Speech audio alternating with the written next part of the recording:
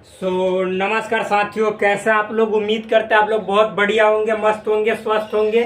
Friends, इस video में मैं आप सभी भाइयों को, आप सभी बहनों को जो आने वाला कमिंग 2024 का बोर्ड एग्जाम है, स्पेशली बिहार बोर्ड, जिसमें आप मैट्रिक से क्लास 10th की तैयारी कर रहे हो और संस्कृत में आप 90+ मार्क्स लाना चाहते हैं, साथ ही साथ सभी विषयों में, ऑल सब्जेक्ट्स में, तो ये वीडियो और ये चैनल, ये यूट्यूब चैनल आपके लिए वरदान साबित होने वाला।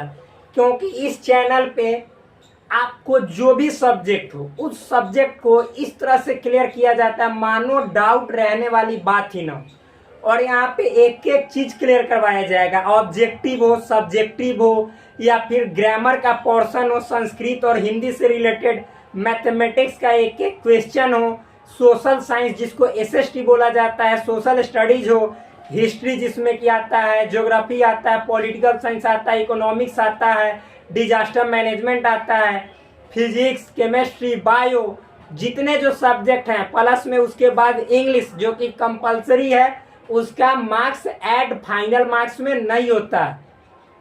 तो ये सभी सब्जेक्ट करवाए जाएंगे, ये बात फिक्स है। फ्रेंड्स, देखिए, हम जो संस्कृत का सीरीज चल रहा है, जिसमें हम चौथे लेसन में आ चुके हैं और फुल एक्सप्लेनेशन करवाया जाता है हर एक चैप्टर का। यहाँ पे देखिए क्या है लिखा हुआ, चतुर्था पाठ, मतलब होता है चौथा पाठ।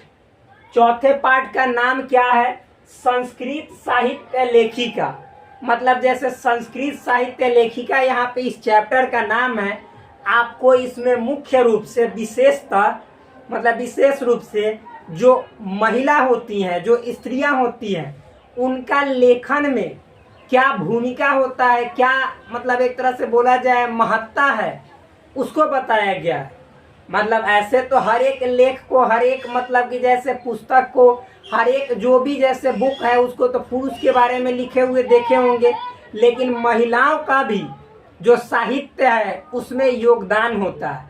तो इस चैप्टर में विशेष रूप से संस्कृत साहित्य में महिलाओं का क्या योगदान है और क्या योगदान था, इसके बारे में हम लोग जानेंगे। फ्रेंड्स, पहले पाठ के हम लोग परिचय को जान लेते हैं, यानी पाठ परिचय क्या है, इस पाठ में मूल रूप से किस चीज के बारे में बताया गया है, इसको समझते हैं। देखिए, सुंदर तरीके से लिखा गया, दिखाई भी दे रहा होगा, स्पष्ट तरीके से लिखा गया है। प्रस्तुत पाठ, मतलब ये जो पाठ है यहाँ पे संस्कृत साहित्य लेखिका होगा।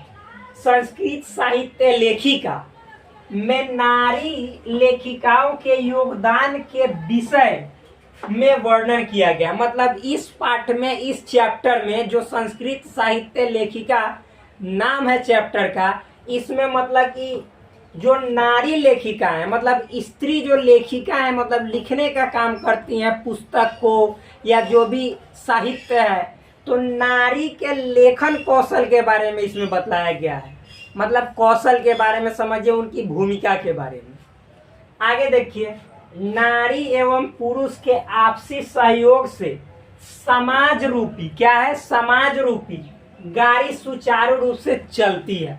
देखिए मेरे भाई, यदि नारी और पुरुष दोनों में से एक को आप हटा दो तो उसी तरह एक की स्थिति हो जाएगी। जैसे एक साइकिल के दो पहिए हैं, यानी दो चक्के हैं, और एक चक्का यदि पंक्चर्ड हो जाए तो दूसरा चक्का कभी अच्छा से चल नहीं पाएगा, यानी वो खिसकता हुआ जाता है, घसीटता हुआ जाता है, यानी उसका कोई महत्व नहीं है। तो उसी तरह से हमारा समाज का जो गाड़ी है वह नारी एवं पुरुष दोनों के आपसी सहयोग से चलता है।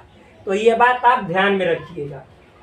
आगे, नारी के बिना पुरुष अपूर्ण रहता है। ये तो फिक्स है कि नारी के बिना पुरुष का कोई महत्व नहीं है, कोई अर्थ नहीं है, कोई मतलब नहीं है। ठीक, संस्कृत वाङ्मय में एक से एक महान विदुषी हुई है जिन्होंने नारी जगत का सिर ऊंचा किया है। मतलब जो संस्कृत वाङ्मय है, वाङ्मय जो शास्त्र देखते हैं हम लोग, तो उसमें नारी का जिक्र किया गया है, तो एक से एक नारी हुई है। मतलब विदुषी, विदुषी कहने का मतलब विदुषी नारी हुई है, यानी कुशाग्र बुद्धि वाला, बहुत तेज बुद्धि वाला, जिन्होंने मतलब कि क्या जो नारी का समाज होता है, मतलब नारी की जो जाति एक तरह से नारी जाति होती है, उसमें मतलब सभी नारियों का जो सिर है वो ऊंचा रखा है। मतलब मात्र जो है सो मतलब समझिए तो 100 सैकड़ों होंगे या समझिए तो हजारों होंगे। इतना ही से ना जो संस्कृत साहित्य है, मतलब संस्कृत साहित्य में मात्र 100 से 1000 नारियों के योगदान से ही ना जो नारी का एक तरह से बोला जाए सिर है वह ऊंचा हो गया है। तो ये बात आप लोग ध्यान में रखिएगा। आगे देखिए मेरे दोस्त, संस्कृत साहित्य में प्राचीन काल से इस साहित्य समृद्धि में स्त्रियों का योगदान रहा। यहाँ पे देखिए क्या है, अच्छा बात बताया गया फ्रेंड्स। जो संस्कृत साहित्य में प्राचीन काल से इस साहित्य समृद्धि में स्त्रियों का योगदान रहा। मतलब जो संस्कृत साहित्य है तो संस्कृत साहित्य में मतलब पुराने समय से, यानी बहुत पुराने समय से, ये नहीं कि आज महिलाओं को अधिकार दिया जा रहा है कि आप संस्कृत में लेख लिखो या हिंदी में लेख लिखो, मतलब महिलाओं को खुला स्वतंत्र छोड़ा जा रहा है कि आप अपने इच्छा अनुसार रचनाएं कर सकते हैं। नहीं, प्राचीन काल में यानी पुराने समय में ही जो महिलाएं थी वो साहित्य समृद्धि, मतलब साहित्य को एक तरह से समृद्ध बनाने में, यानी साहित्य को बहुत ऊंचा करने में, अच्छा बनाने में स्त्रियों का बहुत ज्यादा योगदान था। बहुत ज्यादा योगदान मतलब मदद की थी। आगे देखिए, हेल्प था। इन लेखिकाओं ने वैदिक युग से आधुनिक समय तक संस्कृत साहित्य के संवर्धन में अहम भूमिका निभाई। मतलब पुराने समय से लेकर वैदिक काल से लेकर आज तक महिलाओं का जो संस्कृत साहित्य के लेखन में एक तरह से योगदान है वो बहुत ज्यादा रहा है, मतलब बहुत विशेष रहा है। समझ में आए ना। आगे देखिए, इस पाठ में उन्हीं प्रसिद्ध लेखिकाओं के महत्व एवं योगदान का वर्णन।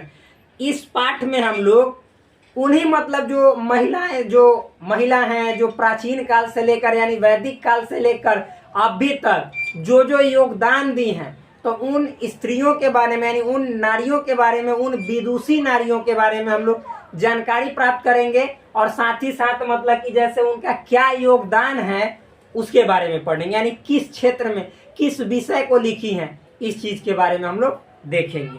सो फ्रेंड्स आगे देखते हैं क्या है। सो फ्रेंड्स अब हम लोग देखेंगे यहाँ पे पाठ के सारांश को। मतलब इस पाठ में मुख्य रूप से किन चीजों के बारे में, किसके बारे में बताया गया, जिक्र किया गया है, वो सब अब यहाँ पे देखेंगे। सो ध्यान से इत्मीनान से सुनिएगा, क्योंकि जब तक आप ध्यान से नहीं सुनिएगा, फोकस के साथ नहीं सुनिएगा, ये आपको समझ में आने वाला नहीं है। लेकिन इजी वे में समझ में आएगा, हम उस तरह से समझाएंगे। मतलब मुख्य रूप से इसमें किस चीज की बात की गई है, जैसे लेखन क्षेत्र में यानी लेखन के फील्ड में जिस तरह से पुरुष अपना योगदान देता है, यानी पुरुष कोई पुस्तक, बहुत सारा पुस्तक लिखता है, उस तरह से महिलाएं भी बहुत सारी पुस्तकें लिखी हैं। और फिर महिलाओं का भी साहित्य में बहुत सारा अभिरुचि रहा है, यानी जानने की कुछ न कुछ इच्छा रही। सो देखिए यहाँ पे बताया गया, लिखा गया प्रस्तुत पाठ, मतलब पाठ सारांश को देख रहे हैं। प्रस्तुत पाठ संस्कृत साहित्य लेखिका, जो आपका ये पाठ है जो यहाँ पे बता दिया गया है, प्रस्तुत किया गया है, जिसका नाम संस्कृत साहित्य लेखिका है, इसमें स्त्रियों के योगदान का वर्णन है। मतलब इसमें आपको बताया गया है कि स्त्रियां किस तरह से अपना योगदान दी थी, मतलब हेल्प की थी साहित्य के लेखन में, उसके बारे में बताया गया है। तो आगे देखिए, इसे अनेक कवि तथा शास्त्रकारों ने संवारा है। मतलब जैसे देखिएगा यहाँ पे समझिएगा, जैसे इस साहित्य जो लेखिका जो चैप्टर है आपका, तो इसे बहुत सारे जो कवि हैं, जो साहित्यकार हैं, वो अपना अपना साहित्य में मतलब कि उनका जिक्र किए हैं। जो प्राचीन काल में मतलब पुराने समय में जो स्त्री साहित्य के फील्ड में एक अपना अभिरुचि रखती थी, मतलब अपना समझिए तो जिज्ञासा रखती थी जानने के लिए और साथ ही साथ लिखने के लिए साहित्य के फील्ड में, तो उनको जो मतलब कवि हैं, जो शास्त्रकार हैं, सबने यहाँ पे संवारा है। मतलब अच्छा से उनको मतलब प्रस्तुत किया है, दिखाया है। जैसे किस तरह से एक सिनेमा होता है, मूवी होता है, तो उसको जो लेखक होता है, जो राइटर होता है, जो डायरेक्टर होता है, वो किस तरह से अच्छा से संवारता है, विलेन को कैसे रोल लेना है, जो एक्टर है मतलब हीरो है उसको कैसे काम करना है, तो ये सब कौन संवारता है? डायरेक्टर। फिर लेखक राइटर। तो उसी तरह से जो लिखने वाला कवि है, शास्त्रकार है, उनकी भूमिका को, जो महिलाओं की भूमिका थी प्राचीन काल में और आधुनिक काल में भी संस्कृत के साहित्य लेखन के क्षेत्र में, तो उनको यहाँ पे अच्छा से संवारा है, यानी अच्छा से लिखा है, प्रस्तुत किया। वैदिक युग के आरंभ से ही काव्य रचना में पुरुष के समान स्त्रियां भी अपना अमूल्य भूमिका निभाती रही हैं। मतलब प्राचीन काल से ही, मतलब वैदिक काल से ही जिस तरह से पुरुष साहित्य के फील्ड में अपना योगदान दे रहे थे, मतलब पुरुष साहित्य लिख रहा था। बहुत सारे आप पुरुष का नाम सुने होंगे, जैसे साहित्य के फील्ड में मान लीजिए कपिल मुनि का नाम सुने होंगे, कणाद मुनि का नाम सुने होंगे, वाग्भट का नाम सुने होंगे, निघंटू का नाम सुने होंगे, पतंजलि का नाम सुने होंगे, फिर उसके बाद पाणिनि का नाम सुने होंगे, और मतलब भामह का नाम सुने होंगे, भवभूति का, सबसे फेमस कालिदास का नाम, फिर उसके बाद आप भास का नाम सुने होंगे। तो अधिक से अधिक आप ज्यादातर बाण भट्ट का नाम सुने होंगे, ज्यादातर आप सुने होंगे जो पुरुष हैं। लेकिन नहीं, ऐसा नहीं है, पुरुष के साथ साथ स्त्रियों का भी बहुत ज्यादा योगदान रहा है। जो अभी आप इस पाठ में, मतलब बहुत सारे जो महिलाएं थी, स्त्रियां थी, जिनका साहित्य लेखन में बहुत ज्यादा महत्वपूर्ण योगदान रहा है, उनके नाम को भी देखोगे भाई। तो यहाँ पे देखिए क्या है, वैदिक युग में मंत्रों के दृष्टा ऋषि एवं ऋषिकाएं थी। देखिए जब वैदिक युग चल रहा था, वैदिक युग आप समझ रहे हैं ना, जब जो भारत में सिंधु सभ्यता सुने होंगे, हड़प्पा सभ्यता सुने होंगे, तो उसके बाद का जो सभ्यता चला वैदिक सभ्यता चला। तो वैदिक सभ्यता में आप सुने होंगे ऋग्वेद, सामवेद, यजुर्वेद, अथर्ववेद, फिर मतलब बहुत सारे और आरण्यक, उपनिषद, मतलब बहुत सारे शास्त्र सुने होंगे। तो उनमें जो श्लोक था, तो श्लोक को पुरुष जो ऋषि थे वो भी मतलब कि जैसे वहां पे उसमें अंकित कर रहे थे, बोल रहे थे मुख से, और साथ ही साथ स्त्रियां भी बोल रही थी उन मतलब कि वेदों में, उन आरण्यकों में, उपनिषदों में, सबके द्वारा बोले गए, जो मुख से बोले गए मंत्र हैं, श्लोक हैं, सबका जिक्र किया गया है। सो आगे देखिए मेरे दोस्त, ऋग्वेद में 24 तथा अथर्ववेद में 5 ऋषिकाओं के नाम प्रसिद्ध है। इसी तरह से जो ऋग्वेद है, जो वैदिक परंपरा चल रहा था, तो उसमें जो पहला मतलब कि एक तरह से वेद मानिए ऋग्वेद, तो ऋग्वेद में 24 महिलाओं का यानी स्त्री का वर्णन किया गया है। मतलब उस समय भी 24 स्त्रियों का ऋग्वेद में वर्णन, आप समझते हैं, बहुत मायने रखता है। तो ऐसा नहीं है कि महिलाएं मतलब कि प्राचीन काल में योगदान नहीं दे रही थी, केवल घर के अंदर घूंघट में रह रही थी, ऐसी बात नहीं है। ये तो मतलब हम लोगों पे आरोपित जो एक तरह से मिथक कथा है, जो अंग्रेजों के पहले जो मुगल साम्राज्य थे और जो भी मतलब मुस्लिम आक्रांता थे, जो शासक थे, उन्होंने थोप दिया कि ऐसा इन लोगों का संस्कृति था। लेकिन वास्तव में ऐसा नहीं था, ना, तो ऐसा देखने को नहीं मिलता। फिर अथर्ववेद में 5 महिलाओं का, यानी जो ऋषिकाएं हैं, मतलब क्या हुआ, महिला ही तो थी, तो उनका क्या है, नाम फेमस है, उनमें बहुत ज्यादा योगदान दी है। ये जो 24 महिलाएं देख रहे हैं, स्त्री देख रहे हैं, और 5 स्त्री जो अथर्ववेद में देख रहे हैं, और 24 ऋग्वेद में, इन्होंने बहुत ज्यादा योगदान किया है। तो देखिए आगे क्या है, जैसे नाम भी दिया गया, जैसे कौन कौन, यामी है, फिर उसके बाद अपाला, उर्वशी, इंद्राणी तथा वागाम्भृणी। ये ऋषिकाएं हैं जिन्होंने ऋग्वेद और साथ ही साथ मतलब कुछ अथर्ववेद में भी अपनी भूमिका अदा की है, यानी उनमें लेखन में महत्व, एक तरह से मतलब अपना महत्व दी है, या फिर बोले तो अपना विशेष योगदान दी। आगे देखिए, बृहदारण्यक उपनिषद में याज्ञवल्क्य की पत्नी मैत्रेयी को दर्शन शास्त्र में अभिरुचि थी। देखिए बृहदारण्यक उपनिषद है, उपनिषदों की संख्या भारत में बहुत सारा है, 108 उपनिषद माना जाता है, तो उनमें से एक बृहदारण्यक उपनिषद है। तो उस उपनिषद में ऐसा जिक्र किया गया है कि याज्ञवल्क्य की पत्नी, याज्ञवल्क्य बहुत बड़ा एक विद्वान पुरुष था, ऋषि थे, तो याज्ञवल्क्य की जो पत्नी थी, मतलब इनकी पत्नी जिनका नाम क्या था, मैत्रेय। ये सब पूछता है ऑब्जेक्टिव में भी भाई, ये सभी ऑब्जेक्टिव में पूछता है, ध्यान से इसीलिए बोलने की सुनने के लिए। उनकी जो पत्नी थी मैत्रेयी, उनको दर्शन शास्त्र में, मतलब दर्शन को समझने में बहुत ज्यादा दिलचस्पी थी।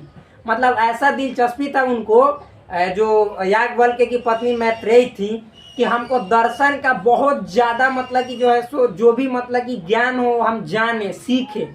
तो जो उनके पति थे याज्ञवल्क्य, उन्होंने उनको दर्शन शास्त्र का जो आत्म तत्व का शिक्षा होता है वो प्रदान किए। कौन? याज्ञवल्क्य।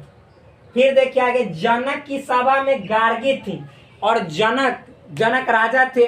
तो उस स्थिति में, उस समय में, वैदिक युग में जो जनक बहुत बड़े राजा थे, तो जनक राजा के सभा में मतलब गार्गी जैसी क्या थी, एक स्त्री विचारक थी। विचारक मतलब फिलोसफर, जिनको आज के समय में बोल सकते हैं। मतलब वो समझिए तो एक तरह से अपना दार्शनिक मत प्रस्तुत करती थी, विचार प्रस्तुत करती थी सभा में। तो ऐसा बात नहीं है, प्राचीन काल में महिलाओं का बहुत ज्यादा योगदान था। उनका एक तरह से समझिए तो स्थिति बहुत मजबूत थी। नेक्स्ट, महाभारत में भी वेदांत अनुशीलन परंपरा का वर्णन किया गया है। जैसे जब आप महाभारत को पढ़िएगा तो महाभारत का मतलब क्या होता है, एक महाभारत क्या है, ऐतिहासिक ग्रंथ है। इसमें इतिहास की तरह वर्णन किया गया है, राजा का वर्णन किया गया है। फिर उसके बाद 5 पांडव का, कौरव का, बहुत तरह का वर्णन किया गया है। तो इस महाभारत में भी वेदांत अनुशीलन परंपरा, वेदांत अनुशीलन परंपरा का मतलब क्या होता है कि जो वेदांत अनुशीलन मतलब क्या होता है, वेदांत का मतलब होता है जो वेदों के सबसे अंत में रचे गए, लिखे गए, उसी को वेदांत कहा जाता है। तो वेदांत अनुशीलन परंपरा का इसमें वर्णन किया गया। यानी वेदांत का एक तरह से क्या, अनुशीलन करना। अनुशीलन करना मतलब उसका एक तरह से बोले तो उसके मतलब कि बातों पे चलना, पीछे पीछे चलना, फॉलो करना। अनुपालन होता है, अनुशीलन होता है, सब चीज होता है। तो महाभारत में भी वेदांत अनुशीलन परंपरा का वर्णन किया गया है। तो ये बात है यहाँ तक। अब फिर हम लोग आगे देखते हैं क्या है फ्रेंड्स, अगला देखते हैं। आप देखिए फ्रेंड्स, नेक्स्ट क्या है, देखिए लिखा हुआ है लौकिक संस्कृत साहित्य विजयंगका जैसी कवयित्री का महत्वपूर्ण योगदान है। देखिए फ्रेंड्स, लौकिक संस्कृत साहित्य में, यहाँ पे मैं छूट गया है। लौकिक संस्कृत साहित्य में जैसे 2 तरह का संस्कृत साहित्य होता है, एक होता है वैदिक संस्कृत साहित्य, एक होता है लौकिक संस्कृत साहित्य। सो फ्रेंड्स, लौकिक ये जब मतलब कि आप लोग लिटरेचर पढ़िएगा, संस्कृत लिटरेचर, संस्कृत साहित्य, उसमें बतलाया जाएगा। ऐसे मैं सिंपल बतला देता हूँ। लौकिक संस्कृत साहित्य का मतलब होता है वह साहित्य जिसमें जो साहित्य है वह व्याकरण के नियमों का पालन करते हुए लिखा जाता है, और जो वैदिक संस्कृत साहित्य होता है उसमें व्याकरण के नियम को फॉलो नहीं किया जाता है, एक तरह से उसका अपना व्याकरण होता है। आइए, जो पाणिनि जी जो थे, जो पाणिनीय व्याकरण है, उनका अनुसरण किया जाता है लौकिक संस्कृत साहित्य लिखने में, तो उसी को बोला जाता है। तो इस साहित्य में जो विजयंगका जो स्त्री थी, वैसी कवयित्री का महत्वपूर्ण योगदान है। मतलब लौकिक संस्कृत साहित्य के लेखन में जो विजयंगका नाम की महिला थी, जो स्त्री थी, उनका भी बहुत ज्यादा योगदान है, इम्पोर्टेंस है। आगे देखिए, दक्षिण भारतीय लेखिकाओं में मतलब साउथ इंडियन जो लेखिका थी उनमें क्या है, शीला भट्टारिका। मतलब साउथ इंडिया में आप जाइएगा तो उनमें मतलब कि शीला भट्टारिका, देवकुमारिका, राम भद्राम्बा आदि प्रमुख है। मतलब दक्षिण भारत में जो स्त्री लेखिका हैं उनमें शीला भट्टारिका का नाम, देवकुमारिका का नाम, राम भद्राम्बा का नाम आदि सब क्या है, बहुत इंपॉर्टेंट है। आगे देखिए, संस्कृत साहित्य के विकास में मतलब जो संस्कृत साहित्य है उस साहित्य के विकास में, डेवलपमेंट में विजयनगर राज्य के राजा का योगदान जगत प्रसिद्ध है। देखिए भाई, जो संस्कृत साहित्य है उसको और आगे बढ़ाने में सबसे ज्यादा यदि योगदान, कंट्रीब्यूशन रहा है तो विजयनगर साम्राज्य के जितने जो राजा थे उन सभी का सबसे ज्यादा तो रहा है, मालूम है किनका, जो राजा कृष्णदेव राय थे उनका। आगे देखिए, 14वीं शताब्दी में रानी गंगा देवी ने अपने स्वामी विजयघट, मतलब 14वीं शताब्दी में, ये 14वीं शताब्दी की बात की जा रही है, उस समय जो स्त्री लेखिका है जिनका नाम है रानी गंगा देवी, तो रानी गंगा देवी ने अपने स्वामी विजयगढ़ के आश्रय में लिखा। मतलब जो रानी गंगा देवी थी वो अपने पति जो थे, उनके स्वामी जो थे, उनके मतलब आश्रय में, मतलब उनके देख रेख में इन्होंने भी मतलब जो साहित्य है उनको लिखा, एक तरह से मतलब कि नया आयाम दिया। आगे 16वीं शताब्दी में अच्युत राय की रानी तिरुमलाम्बा ने वरदाम्बिका परिणय नामक विशाल चंपू काव्य की रचना की। देखिए फ्रेंड्स, ये तो 14वीं शताब्दी की बात हो गई। अब आगे 16वीं शताब्दी में जो अच्युत राय की रानी थी, मतलब उनकी एक तरह से पत्नी थी, जिनका नाम था तिरुमलाम्बा, इन्होंने मतलब वरदाम्बिका परिणय नामक ये जो विशाल चंपू काव्य है, इस चंपू काव्य की रचना की। आगे देखिए, उसमें संस्कृत गद्य की छटा तथा पद लालित्य अति रमणीय है। मतलब समझिएगा फ्रेंड्स, ये जो चंपू काव्य जिसका नाम वरदाम्बिका है, वरदाम्बिका परिणय है, तो इसमें संस्कृत गद्य, देखिए दो चीज होता है, एक होता है पद, एक होता है गद्य। पद देखो सिंपल वे में समझते, जो श्लोक लिखा रहता है, जो हम मंगलम पाठ में पढ़ाए थे, तो श्लोक मतलब पद्य कहलाता है। गद्य मतलब जैसे ये सब लिख रहे हैं कहानी टाइप का, इसको गद्य कहा जाता है। तो थी जो यहाँ पे बतलाया गया है कि जो तिरुमलाम्बा थी वो वरदाम्बिका परिणय नामक जो विशाल चंपू काव्य थी उसकी रचना थी। इसमें क्या था, तो संस्कृत गद्य की छटा तथा पद लालित अति रमणीय। तो इसमें देखिएगा, ध्यान समझिएगा, मतलब समझिएगा कि इस जो चंपू काव्य है, जो जिसका नाम वरदाम्बिका है, इसमें आपको गद्य देखने को मिलेगा, यानी कहानी तरह का। विशेषता बतला देते हैं कि जो पुराने समय है उसमें गद्य लिखना बहुत कठिन माना जाता था, तो लोग अक्सर पद्य में लेख लिखा करते थे या साहित्य लिखा करते थे। लेकिन जो वरदाम्बिका है तो इसमें आपको गद्य देखने को मिलेगा। आगे देखिए, पद लालित्य। पद लालित्य कहने का मतलब है जो उसका पद होता है, पद में लालित्य, लालित्य मतलब एक अच्छा अनुभव, मतलब पढ़ने का ही खूब मन करेगा। आप पद तो समझते हैं भाई, मान लीजिए कि जैसे हम एक पद लिखे, दो पद, त्रिपद, समास में पद जानते होंगे, तो वैसा पद का यूज किया गया है जो वरदाम्बिका है कि पढ़ने ही मन करेगा, बहुत पढ़ने में मजा आएगा, उसी को बोला जाता है पद लालित्य। आगे देखिए, उसमें लंबे समासिक पदों का प्रयोग हुआ है। देखिए आगे दे भी दिया, मतलब लंबा लंबा समासिक पद का यूज किया गया है, किसमें, वरदाम्बिका में। आधुनिक काल में संस्कृत लेखिकाओं में पंडिता क्षमा राव, मतलब आधुनिक समय में जो संस्कृत की लेखिकाएं हैं उनमें जो पंडिता क्षमा राव हैं, उनकी जो मतलब नाम की विदुषी अति प्रसिद्ध है, उनका भी नाम बहुत फेमस है अभी के समय में, आधुनिक समय में। सो फ्रेंड्स, पंडिता क्षमा राव बहुत फेमस कवयित्री हैं संस्कृत की। अब नेक्स्ट देखते हैं मेरे भाई। तो देखिए फ्रेंड्स, अभी हमने बतलाया है, क्या बतलाया है कि जो आधुनिक कवयित्रियां थी तो उनमें मतलब क्षमा राव, जो पंडिता क्षमा राव हैं, उनका नाम बहुत फेमस है, बहुत ज्यादा लोकप्रिय है। तो देखिए उन्होंने क्या किया था, तो इन्होंने अपने पिता के जीवन चरित्र को शंकर चरितम में वर्णन किया है। मतलब इन्होंने अपने पिता के जो जीवन चरित्र है, पूरा जीवन का मतलब इनका समझिए तो वृतांत है, उसको जीवन चरितम में मतलब कि पूरी तरह से वर्णन कर दिया है। आगे इन्होंने गांधी दर्शन से प्रभावित होकर, कौन, इन्होंने गांधी दर्शन से प्रभावित होकर, जैसे जो पंडिता क्षमा राव थी वे गांधी जी के दर्शन से, यानी गांधी जी के फिलॉसफी से, उनके थॉट से बहुत ज्यादा प्रभावित थी। कौन, पंडिता क्षमा राव। और फिर उसके बाद मतलब कि सत्याग्रहिता, मीरा लहरी, कथा मुक्तावली आदि की रचना की। सत्याग्रह गीता, मीरा लहरी, कथा मुक्तावली, बहुत सारे मतलब समझिए तो जो साहित्य है, जो शास्त्र है, उनकी रचना की। कौन, तो पंडिता क्षमा राव।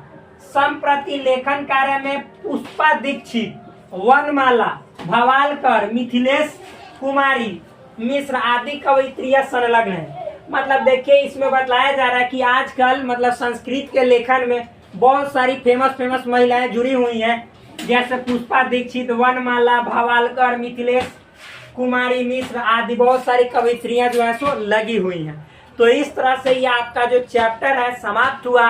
और फिर हम आपसे मिलते हैं नेक्स्ट वीडियो में इसके ऑब्जेक्टिव क्वेश्चन के साथ। That's all friends, thank you, bye bye, take care, please subscribe this channel, like this video।